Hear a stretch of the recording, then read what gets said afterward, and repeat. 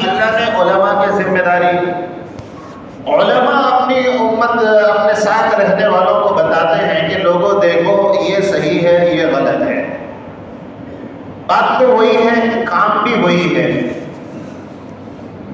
لیکن ماننے والے جب بھی مانتے تھے، نہیں ماننے والے جب بھی نہیں مانتے تھے۔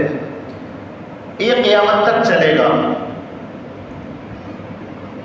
حضور اکرم صلی اللہ علیہ وسلم جب کوئی بات بتاتے ہیں صدیق اکبر رضی اللہ عنہ سب سے پہلے تصدیق کرتے ہیں، بالکل صحیح، لیکن انہی کے گھر کے لوگ، ابو لہب تھا جس میں قرآن کریم میں آتا ہے تبت یدا ابی لہب وتب، اللہ نے خود فرمایا ابو لہب کے ہاتھ برباد ہو جائے، ہلاک ہو جائے، گویا بددعا اللہ کی طرف سے۔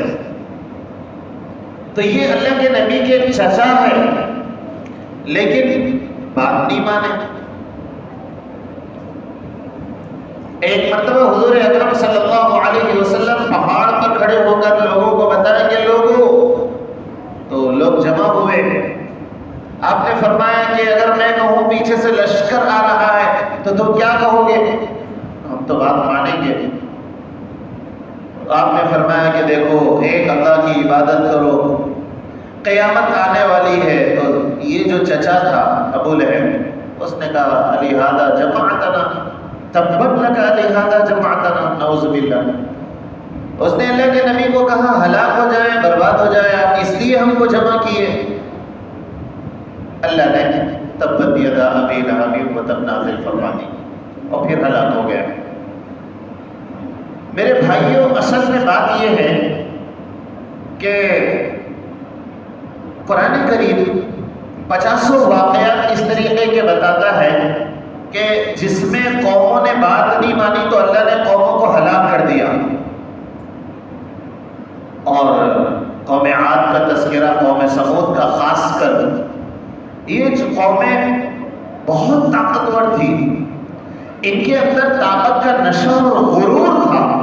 وہ یہ سمجھتے تھے ہمارے جیسا دنیا میں کوئی نہیں آیا تو ہم کو کون کیا کر سکتا ہے۔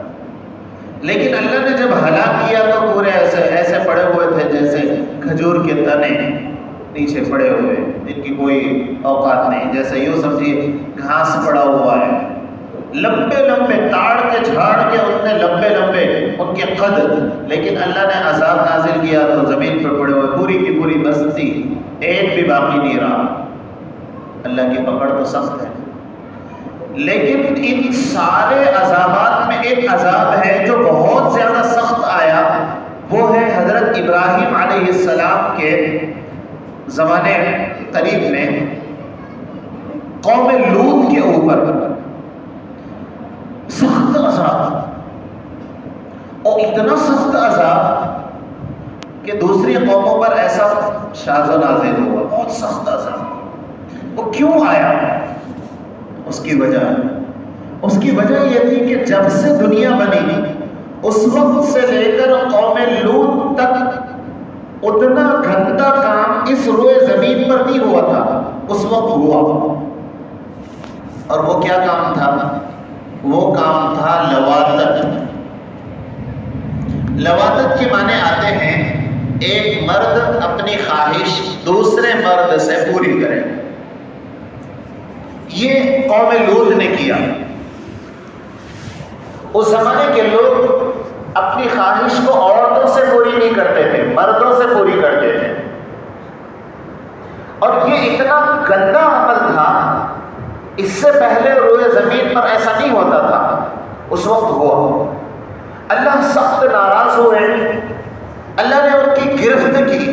پہلے تو ان کو سمجھانے کے لیے ابراہیم علیہ السلام کے بھتیجے حضرت لوط علیہ السلام کو ان کی طرف بھیجا، آپ جاؤ سمجھاؤ۔ حضرت لوط علیہ السلام گئے، ان کو سمجھایا، یہ دیکھو یہ گندی چیز ہے، یہ گندا کام ہے، اور یہ اتنا گندا کام ہے کہ انسان تو انسان، جانور بھی ایسا کام نہیں کرتے، جانور بھی نہیں کرتے، انسان تو انسان، جانور بھی ایسا کام نہیں کرتے، سوائے 2 جانوروں کے۔ کتابوں میں آتا ہے دو جانور اس کام کو کرتے ہیں، اس کے علاوہ جانور بھی ایسا کام نہیں کرتے، اور وہ جانور ہے بندر اور خنزیر. بس یہ دو جانور ہیں جو اپنی خواہش جب پوری کرتے ہیں تو ایک مرد دوسرے مرد سے خواہش پوری کر لیتا ہے. ان دونوں کے علاوہ دوسرے جانور بھی یہ کام نہیں کرتے. گویا جانور بھی اس فعل کو برا سمجھتے ہیں. اتنا گندا کام انسان کیا. اللہ نے سمجھانے کے لیے نبی کو بھیجا، حضرت ابراہیم علیہ السلام کے بھتیجے ہیں حضرت لوط علیہ السلام کو. انہوں نے سمجھانے کی کوشش کی جو ممکن تھا، ساری کوششیں، لیکن جب آدمی کے عقل پہ پتھرے پڑ جاتے ہیں نا تو نہیں سمجھنا ہے تو اس کو نہیں سمجھنا ہے. اب وہ کوئی بھی رہو سمجھانے والا، سامنے والا چھوٹا رہو بڑا رہو، بزرگ رہو صحابی رہو نبی رہو کوئی پیغمبر رہو، اس کو کوئی اثر نہیں پڑتا. اس نے ٹھان لیا اپنے کو سمجھنا ہی نہیں ہے. تو وہ قوم بھی ایسی ہی تھی، انہوں نے سمجھا نہیں. تو لوط علیہ السلام کی قوم جتنا سمجھائے مخالفت. اچھا مخالفت میں بھی کتنی مخالفت ہے. اب آدمی کے دماغ پر شیطان سوار ہو جاتا نا تو پھر دماغ اس کا اینٹی چلنا شروع ہوتا، مخالف. اور کتنا مخالف چلتا ہے آدمی سمجھتا ہے کہ اب من چونڈن کرے، اپنے جیسا گدھا اس دنیا میں کوئی بھی. آدمی اس لیول کو پہنچ جاتا ہے. تو ایسے ہی کچھ ہوتا ہے جب عقلوں پر پردے پڑ جاتے ہیں. قوم لوط کو بھی ایسے ہی ہوا. انہوں نے کہا ایک تو بات نہیں مانی، دوسرے نہیں ماننا تو نہیں ماننا، یہ تو ایک ظلم تھا. بالائے ظلم اگر آپ سچے نبی ہو تو عذاب لاؤ، یعنی عذاب کا مطالبہ ایک نبی سے کہ تم عذاب لاؤ. تو پھر ہوا یہ کہ جتنا ممکن تھا اتنا ایک انسان جتنی دیر تک برداشت کر سکتا ہے. اس کا امتحان لیتے جاؤ، حد رہتی ہے، ایک لمٹ ہوتی ہے. نوح علیہ السلام کی قوم نے جب ستایا 950 سال، لمٹ کراس ہوئی، ہاتھ اٹھے، اللہ نے قبول کیا. ساری کی ساری بستیاں پانی میں غرقاب ہو گئی، ختم ہو گئی پوری قوم. قوم لوط پر جب عذاب آیا ایک آدمی نہیں بچا سوائے چند لوگوں کے جن کو اللہ نے فرمایا تھا کہ اے لوط اپنے ساتھ ان کو لے کر نکل جاؤ جو تمہارے ماننے والے ہیں. تو چند لوگ تھے جو اس بستی سے نکلے. اس کے بعد اس بستی پر عذاب آیا، سخت عذاب. یہی سے سیم مسئلہ زمانے بعد حضور اکرم صلی اللہ علیہ وسلم کے دنیا سے پردہ فرمانے کے بعد صدیق اکبر رضی اللہ عنہ کے زمانے میں آپ کو پتہ چلا کہ ایک علاقہ ہے، اس علاقے میں کچھ لوگ اپنی خواہش مردوں سے پوری کرتے ہیں. تو صدیق اکبر رضی اللہ عنہ کو بہت غصہ آیا اور بہت تکلیف ہوئی، اتنا گندا فعل. تو پھر آپ نے کوشش تو کی جاتی ہے، ہر جگہ کوشش ہوتی ہے. آپ نے پھر حضرت خالد بن ولید رضی اللہ عنہ کو حکم دیا کہ سارے کے سارے لوگوں کو پکڑو اور زندہ جلا دو.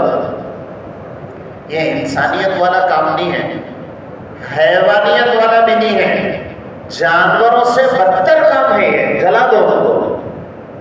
اس لیے کہ یہ اللہ کی مرضی اور اللہ کی تخلیق کے بالکل خلاف ایسا ہوا. آج سے چند سال پہلے ہمارے ہندوستان میں ایک بل پاس ہوا تھا جس میں ایک مرد آدمی دوسرے مرد سے نکاح کر سکتا ہے، ایک عورت دوسری عورت سے نکاح کر سکتی ہے. اور آپ جانتے ہیں جس دن بل پاس ہوا، بل کا تذکرہ ہوا، ایسے لوگ جشن منا رہے تھے، چند لوگ تھے لیکن ایسا جشن منا رہے تھے جیسے کوئی کام ان کو کرنا تھا لیکن بڑی طاقت نے ان کو روک رکھا تھا. اچانک موقع مل گیا اور پھر وہ لوگ اس کام کو کرنے کے لیے ان کے اندر وہ چیز بھری پڑی اور بے تحاشا ایک ساتھ ان کو ایسا کوئی چیز مل گئی، ایسے خوشیاں منا رہے ہیں. اور پھر یہ بل پاس ہوا، اور پتہ نہیں آج کتنے واقعات اس میں فلپیز ہیں. آج سے چند دن پہلے اور بھی چند ایسے ہی بل آئے جو ہمارے سامنے، جو بالکل شریعت کی نظر سے دور دور تک حرام، اشد حرام ہے. ابھی کل کی جو خبر نیوز میں آئی ہے، فحش کام جس کو زنا کے اڈے کہتے ہیں، اگر کوئی کرنا چاہے تو حکومت کو یہ بتایا گیا کہ تم زبردستی نہیں کرنا، ان کے ساتھ ظلم نہیں کرنا، کرنے دو، ان کو اجازت ہے. گویا سپریم کورٹ کی طرف سے اجازت ہے کہ آپ فحش کام کرو، گندا کام کرو. اور دوسرے لیونگ ریلیشن شپ کے نام سے ایک بچہ کسی بچے سے نکاح کرنا چاہتا ہے تو وہ بچے کے ساتھ رہے گا. شادی نہیں، کچھ نہیں، بس ساتھ رہتا ہے. ایک دن، ایک مہینہ، ایک سال، سمجھ میں آیا تو پھر شادی، نہیں سمجھ میں آیا تو کوئی مسئلہ نہیں. اب یہ جو مسائل ہیں کہ کبھی لواطت کے نام سے، کبھی فحش کاری کے نام سے، کبھی ہم جنس پرستی کے نام سے، کبھی اور نام سے، یہ پرانی دنیا کے قصے نہیں سنا رہا ہوں میں، یا کسی ملک کے قصے نہیں سنا رہا ہوں، یہ ہمارے اپنے ملک کے واقعات ہیں. اور روزانہ ایک نئی پالیسی آپ کی سمجھ نہیں پا رہا یہ کیا ہوا، اس سے پہلے دوسری چیز سامنے آ جا رہی ہے. یہ بھی ابھی اس کو سمجھ نہیں پا رہے، اس سے پہلے پھر تیسری چیز. ابھی 2-4 دن پہلے ایک خبر نشر ہوئی تھی کہ ہندوستان کے اندر 8 لاکھ بچیاں مرتد ہو گئی. مرتد کس کو بولتے ہیں؟ اسلام چھوڑ کر غیر مسلموں کے حوالے ہو گئی، اسلام چھوڑ کر کوئی کرسچن، کوئی دوسرے مذہبوں میں چلی گئی. 8 لاکھ. اور یہ حکومت کا ڈاٹا ہے، یہ حکومت کا ڈاٹا ہے جو لکھایا گیا. اب جو نہیں لکھایا گیا وہ کتنا ہے اللہ بہتر جانتے ہیں. اتنی آسانی سے ایک بچی مسلمان گھر میں پیدا ہوئی، مسلمان ماں کا دودھ پی، مسلمان باپ کے کاروبار سے وہ حلال رزق کھائی، اور مسلمان خاندان میں وہ پلی، مسلمان گھر میں جوان ہوئی، اچانک غیر مسلم کے ساتھ چلی گئی. کیا ہو سکتا ہے؟ نہیں ہو سکتا، نہیں ہو سکتا. یہ اس وقت ہو سکتا ہے جب باپ حرام کماتا ہو، یہ اس وقت ہو سکتا ہے جب ماں حرام کھاتی ہو، یا یہ اس وقت ہو سکتا ہے جب اولاد کو حرام جگہوں پر بھیجا جا سکتا ہو، یا یہ اس وقت ہو سکتا ہے جب اس کی تعلیم کی فکر نہیں کی گئی اور اس کی تعلیم کا خیال نہیں کیا گیا اور اس کو اسلام سے کوئی تعلق پیدا نہیں کیا گیا، اس وقت ہو گئے. میرے بھائیوں، میں نے یہ اس لیے کہا کہ یہ قرب قیامت ہے، قیامت آنے والی ہے. اللہ کے نبی صلی اللہ علیہ وسلم نے فرمایا تھا حاکت ہے، اس طرح اشارہ کر کے، یہ میں ہوں، یہ قیامت ہے، میں آ گیا، قیامت آنے والی ہے. اللہ کے نبی نے فرمایا کہا کرتے ہیں ایسے، یہ میں ہوں، اب میرے بعد کوئی نبی نہیں، کوئی سمجھانے والا، کوئی ہاتھ پکڑنے والا نہیں آئے گا، بس قیامت آئے گی، میرے بعد قیامت. اور حضور اکرم صلی اللہ علیہ وسلم سے ایک لمبا عرصہ ہم تک گزرا. اب ہم کو یہ بات سمجھنی چاہیے، فتنے روزانہ بارش کے قطروں کی طرح آئیں گے، روزانہ اسلام پر حملے نئے روزانہ ہوں گے، اور ایک مسلمان ایسا سنبھل نہیں پائے گا، دوسری پریشانی آ جائے گی، دوسری پریشانی سے ابھی وہ نکل نہیں پائے گا، تیسری پریشانی آ جائے گی، تیسری پریشانی تو وہ سمجھ نہیں پائے گا، چوتھی پریشانی آ جائے گی. اور یہ ایسا اب ہو رہا ہے، روز ہم دیکھ رہے ہیں ایسا ہو رہا ہے، یہ بڑھے گا، یہ آگے بڑھے گا. اب ایسے ماحول میں، ایسے حالات میں ہمارے اوپر کیا ذمہ داری، وہ ہم کو سمجھنا ہے. ماحول میں، ایسے حالات میں ہم کو کیا کرنا ہے؟ صاف بات ہے، اللہ کے نبی کے اوپر قرآن آیا، اللہ کے نبی نے محنت کی تو صحابہ بنے، صحابہ کرام نے اپنے بچوں اور اپنی بیویوں اور اپنی جانوں کو قربان کیا تو تابعین تبع تابعین تیار ہوئے اور ہم تک یہ دین پہنچا۔ اگر ہم تھوڑا سا بے فکر ہو گئے، دور بھی ہیں، پوری دنیا نہیں، دور بھی ہیں، ہمارے ہی گھر کی، ہمارے ہی خاندان کی بچیاں کل غیر مسلموں کے حوالے ہو جائیں گی، دور نہیں ہے بات۔ اس کی حفاظت کی ذمہ داری کو انفسکم، اے لوگوں اپنے آپ کو جہنم سے بچاؤ، وَأَهْلِيكُمْ نَارًا، اپنی اولاد کو جہنم سے بچاؤ۔ مجھے جو راستہ سمجھ میں آتا ہے وہ یہ سمجھ میں آتا ہے کہ آدمی کے ہاتھ میں اگر روشنی ہوگی تو وہ اندھیرے میں چل سکے گا۔ ایک آدمی کے پاس روشنی نہیں ہے، ٹارچ نہیں ہے، لائٹ نہیں ہے، اندھیرا ہی اندھیرا ہے، وہ ادھر دیوار کو ٹکرائے گا، ادھر دیوار کو ٹکرائے گا، وہ راستہ نہیں پائے گا۔ اس لیے علم یہ نور ہے، قرآن کا علم، حدیث کا علم، اللہ کا علم یہ نور ہے۔ اگر ہم اب بھی اس نور کو لیے بغیر اس اندھیری نگری میں چلنا شروع کر دیں گے، دور نہیں ہے کہ ہماری اولادیں کسی دیوار کو ٹکرا کر کسی غیر مسلم اور کسی یہودی اور عیسائی کی گود میں بیٹھ جائیں۔ میرے بھائیوں، اب فکر کی ضرورت ہے۔ ہر خاندان میں کوئی ایسا علم والا ہو جو خاندان کو لے کر چلے، گھر کو لے کر چلے۔ میرے بھائیوں، اگر میرے 4 بچے ہیں، کم سے کم میں اپنی اولاد کو بڑا انجینئر اور ڈاکٹر اور فلاں بنانا چاہتا ہوں، کوئی بات نہیں، میرا ایک بچہ تو وہ نور کو لے کر چلے، بقیہ اولاد نہ صحیح، ایک تو بھی گھر میں ایسا ہو جو علم کی روشنی کو بتانے والا ہو، اللہ اللہ گھر میں باقی ہو، اللہ کا قرآن باقی ہو، حدیث باقی ہو۔ ورنہ اگر میں دیندار، آج میں مسجد میں بیٹھا ہوں، ہم مسجد میں بیٹھے ہیں، اگر ہم اپنی اولاد کو دیندار نہیں بنائیں گے، اس کو دین کی سمجھ نہیں عطا کریں گے، کل ضروری نہیں ہے ہماری نسلوں میں ہماری اولاد مسجد میں بیٹھے۔ ہم دیندار ہونے کے باوجود اگر اپنی اولاد کو دین نہیں دے سکتے تو کیا ہم امید کرتے کہ کل ہماری اولاد اپنے پوتوں کو، پڑ پوتوں کو دین دے گی؟ سوچنا بھی نہیں، یہ سوچنا بھی غلط ہے۔ اگر میں اپنے باپ کی قبر پر، ہماری حالت کیا ہو گئی، میں اپنی باپ کی قبر پر کبھی سورہ فاتحہ پڑھنے، قرآن پڑھنے نہیں جاتا ہوں، لیکن میں یہ سوچتا ہوں میں مرنے کے بعد میری اولاد روزانہ قرآن پڑھ کے بخشے گی، میچ نہیں جاتا کبھی، تو وہ کہاں سے آئے گی؟ جبکہ میں دیندار ہوں، اس لیے کہ ہم مسجد میں آنے والے لوگ ہیں۔